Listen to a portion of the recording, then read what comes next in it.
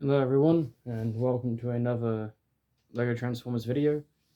It has been a long ass time, but change the exposure a bit because it's going crazy.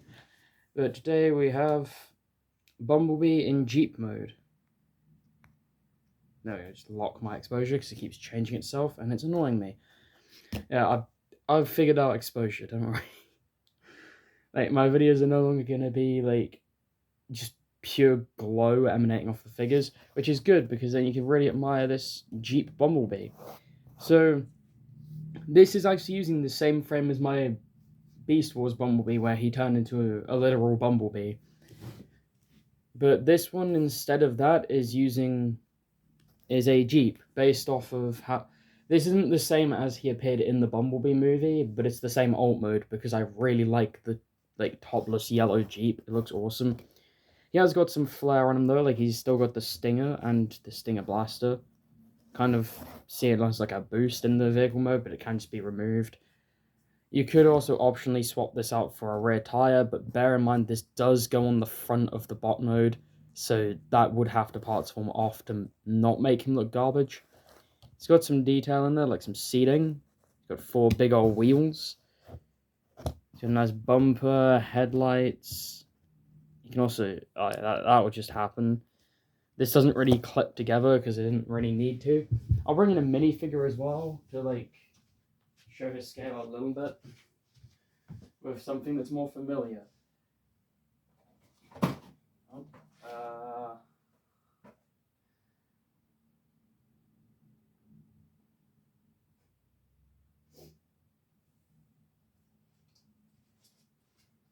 okay, I can't. I actually can't find a minifigure. I'm not much of a minifigure person. So here he is next to Core Class Ratchet. And making figure reviews is becoming more important to me because I want to rip into this thing really badly. Because Hasbro decided I didn't need all the wheels. And they won't send me a replacement because I didn't buy it directly from Hasbro Pulse. Because they're cunts. Anyway. This is my support of why you should buy knockoffs half the time, because you get knockoff quality out of this shit that was 15 fucking quid anyway. But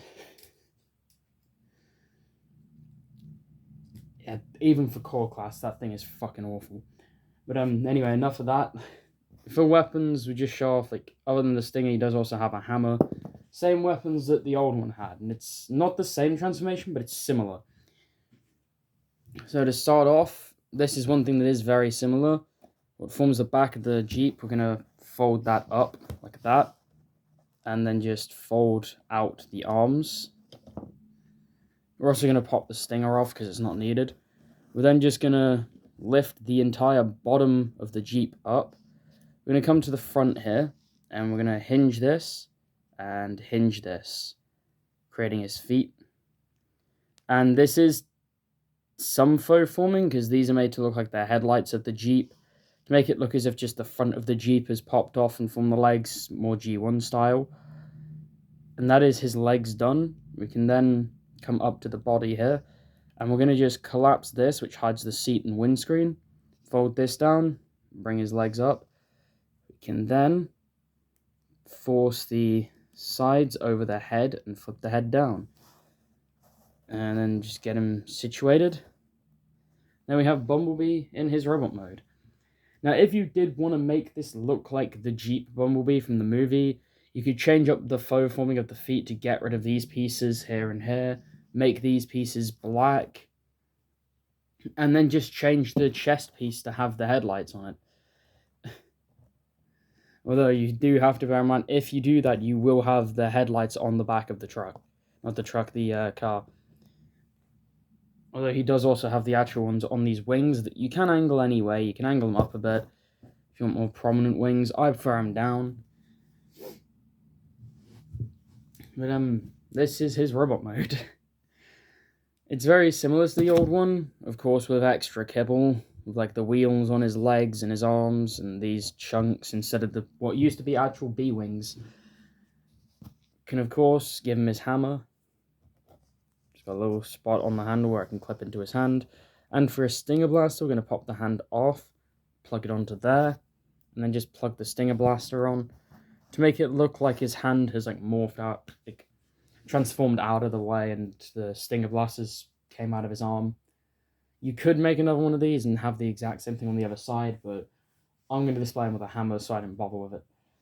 For size comparison, we'll bring in, because he's fairly small, I'm going to bring in someone ridiculously huge for like no reason. I'll just show off truly how small Bumblebee is. So, oh, his gun fell off his arm. So for size comparison, here we have Menasor. I'm going to have to just kind of do that. But yeah, there he is next to Menasor. He does stand, but like if you knock him, he falls over. I mean, you do have to. It's not like a light knock. You can see he's got like a decent amount of foot volume, like his big old platform boots that he's got going on. Also, I have no idea if you're watching this, and I can't remember your name, but the dude in like the Transformers Facebook group that I'm in, thank you for making this exposure suggestion and explaining how that shit works. Because this looks infinitely better than my old videos did. We'll bring in another size comparison with someone a bit smaller, I guess. We have... Oh, bring in Mayhem. And he's dropped one of his swords. I have no idea how quiet I am right now, but it's fine. Currently dealing with an ear infection, which is really fun.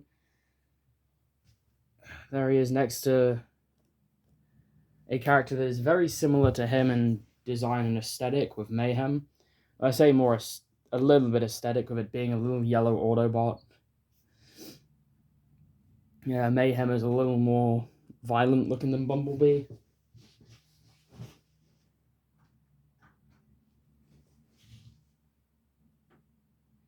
And for a final size comparison, another figure that I originally showed off on the channel in a beast mode and have now given a vehicle mode, RC. I think these two scale really nicely together. We'll take her away.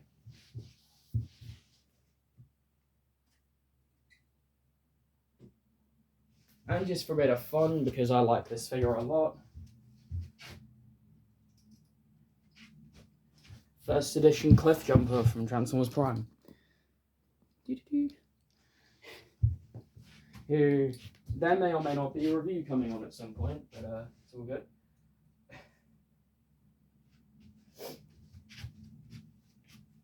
Oh, and we'll finish up with Core Class Ratchet again. As you can see, he's about the size of a Core Class. Fuck off. Disgusting shit. Anyway, you can tell I just don't like that figure. The thing is, the figure's fine. It's just like the quality and the Ratchet paint job is just really bland looking and cheap. It needed more paint detail. They should have definitely given it. Because even for a Core Class, that's really underpainted. But, oh. I'm going to stop rambling about how shit that figure is, because it is pretty shit. And, we'll show off his articulation a little bit, shall we?